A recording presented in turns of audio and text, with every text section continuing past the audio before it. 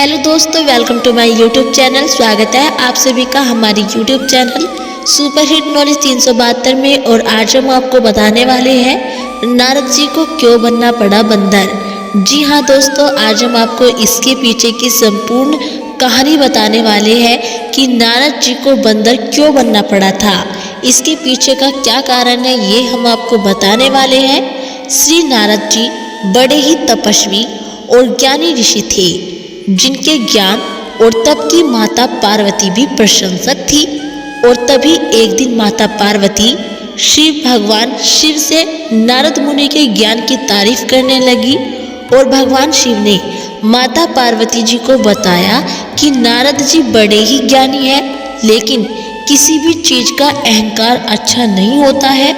एक बार नारद को इसी अहंकार के कारण, घमंड के कारण बंदर बनना पड़ा था। और यह सुनकर माता पार्वती को बहुत ही आश्चर्य हुआ और उन्होंने भगवान शिव से पूरा कारण जानना चाहा। तब भगवान शिव ने बतलाया कि इस संसार में कोई कितना भी बड़ा ज्ञानी हो, लेकिन श्री हरि जो चाहते हैं वो उसे बनना ही पड़ता है। नारद को एक बार अपने इसी तप और बुद्धि का अहंकार हो गया था, इसलिए नारद को सबक सिखाने के लिए भगवान विष्णु को एक युक्ति सूझी। हिमालय पर्वत में एक बड़ी पवित्र गुफा थी और उस गुफा के निकट गंगा जी बहती थी। और वह परम पवित्र गुफा नारद जी को अत्यंत सुहावनी लगी। और वहाँ पर पर्वत, नदी और वन को देखकर उनके हृदय में श्री हरि विष्णु जी की भक्ति अत्यंत बलवती हो उठी और वे वहीं बैठकर तपस्या में लीन हो गए।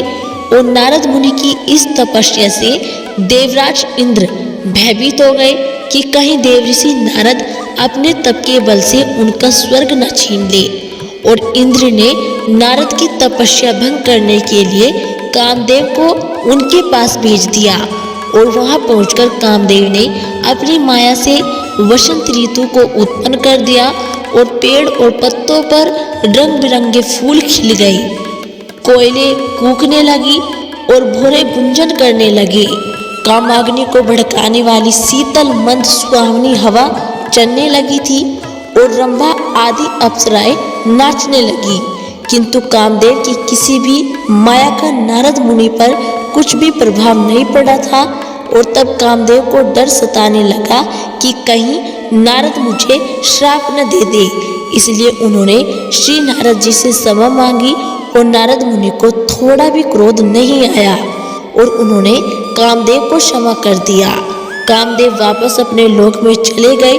और कामदेव के चले जाने पर नारद मुनि के मन में अहंकार हो गया कि मैंने कामदेव को जीत लिया। और वहां से वे भगवान शिव जी के पास चले गए और उन्हें अपने कामदेव को हराने का हाल कह सुनाया। भगवान शिव समझ गए कि नारद जी को अहंकार हो गया है। और शंकर जी ने सोचा कि यदि उनके अहंकार की बात भगवान विष्णु जी जान गए तो नारद के लिए अच्छा नहीं होगा।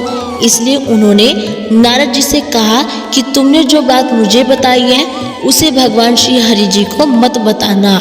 और नारद जी को भगवान शिव जी की यह बात अच्छी नहीं लगी और उन्होंने सोचा कि आज तो मैंने कामदेव को हराया है और ये भी किसी को नहीं बताऊं। नारद जी क्षीर सागर पहुंच गए और भगवान शिव जी के मना करने के बाद भी सारी कथा उन्होंने सुना थी।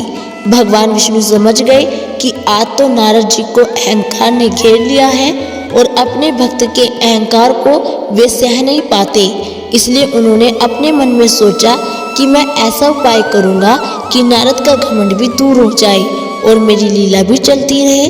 नारद जी जब भगवान विष्णु से विदा होकर चले तो उनका अभिमान और भी बढ़ गया। उधर भगवान श्री हरि ने अपनी माया से नारद जी के रास्ते में एक बड़े ही सुंदर नगर को बना दिया। और उस नगर में शील निधि नाम का एक वैभवशाली राजा रहता था। और उस राजा की विश्व मोहिनी नाम की बहुत ही सुंदर बेटी थी। विश्व मोहिनी स्वयंवर करना चाहती थी, इसलिए कई राजा उस नगर में आए हुए थे। और नारद जी उस नगर के राजा के वहां पहुंचे और राजा ने उनका पूजन करके उन्हें आसन पर बैठाया और फिर उनसे अपनी कन्या की हस्तरेखा देखकर उसके गुण दोष बताने के लिए कहा। उस कन्या के रूप को देखकर नारद मुनि वैराग्य भूल गए और उसे देखते ही रह गए। उस कन्या की हस्तरेखा बता रही थी कि उसके साथ जो विवाह करेगा वह अमर हो जाएगा और उसे संसार में कोई भी जीत नहीं सकेगा और संसार के समस्त जीव उसकी सेवा करेंगे। और यह बात नारद मुनि जी ने राजा को नहीं बताई और राजा को उन्होंने अपनी ओर से बनाकर कुछ और अच्छी बातें कह दी। अब नारद जी ने सोचा कि कुछ ऐसा उपाय करना चाहिए कि यह कन्या मुझसे ही विवाह करे। ऐसा सोचकर नारद जी ने श्री हरि को याद किया और भगवान विष्णु उनके सामने प्रकट हो गए। नारद जी ने उन्हें सारी बात बताई और कहने लगे कि हे नाथ, आप मुझे अपना सुंदर रूप दे दो ताकि मैं उस कन्या से विवाह कर सकूं। भगवान हरि ने कहा कि हे नारद, हम वही करेंगे जिसमें तुम्हारी भलाई हो। यह सारी विष्णु जी की ही माया थी और भगवान विष्णु जी ने अपनी माया से नारद जी को बंदर का रूप दे दिया।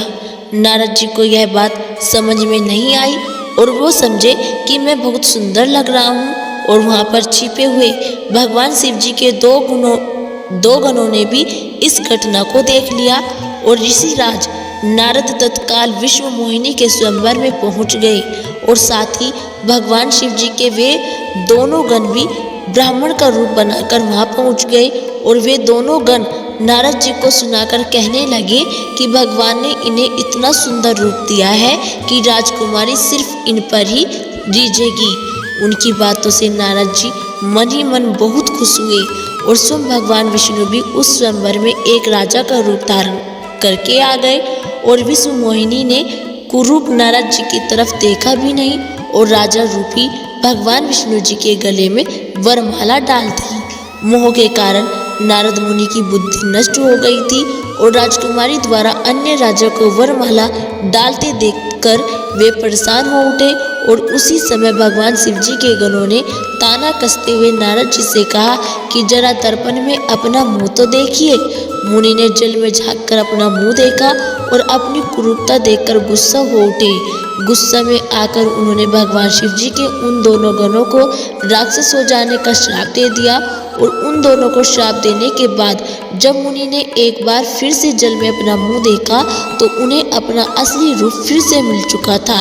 नारद जी को अपना असली रूप वापस मिल गया था, लेकिन भगवान विष्णु पर उन्हें बहुत ही गुस्सा आ रहा था क्योंकि भगवान विष्णु के कारण ही उनकी बहुत हंसी हुई थी और वे उसी समय भगवान विष्णु जी से मिलने के लिए चल पड़े और रास्ते में ही उनकी मुलाकात भगवान विष्णु जी, जिनके साथ लक्ष्मी जी और विश्व मोहिनी भी थी, उनसे हो गई और उन्हें देखते ही नारद जी ने कहा कि आप दूसरों की खुशियाँ देख ही नहीं सकते, आपके भीतर तो ईर्ष्या और कपट ही भरा हुआ है।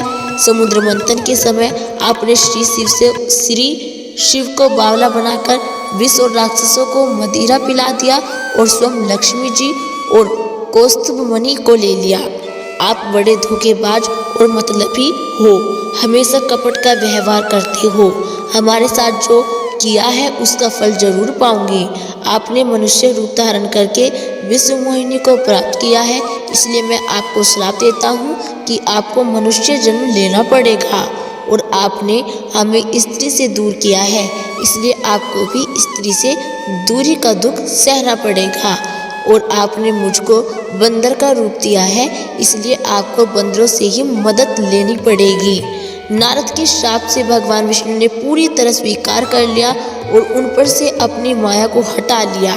माया के हट जाने से अपने द्वारा किए गए श्राप को याद करके नारद जी को बहुत ही बड़ा दुख हुआ, किंतु दिया गया श्राप वापस नहीं हो सकता था, इसलिए भगवान विष्णु को श्री राम के रूप में मनुष्य बनकर अवतरित होना पड़ा था।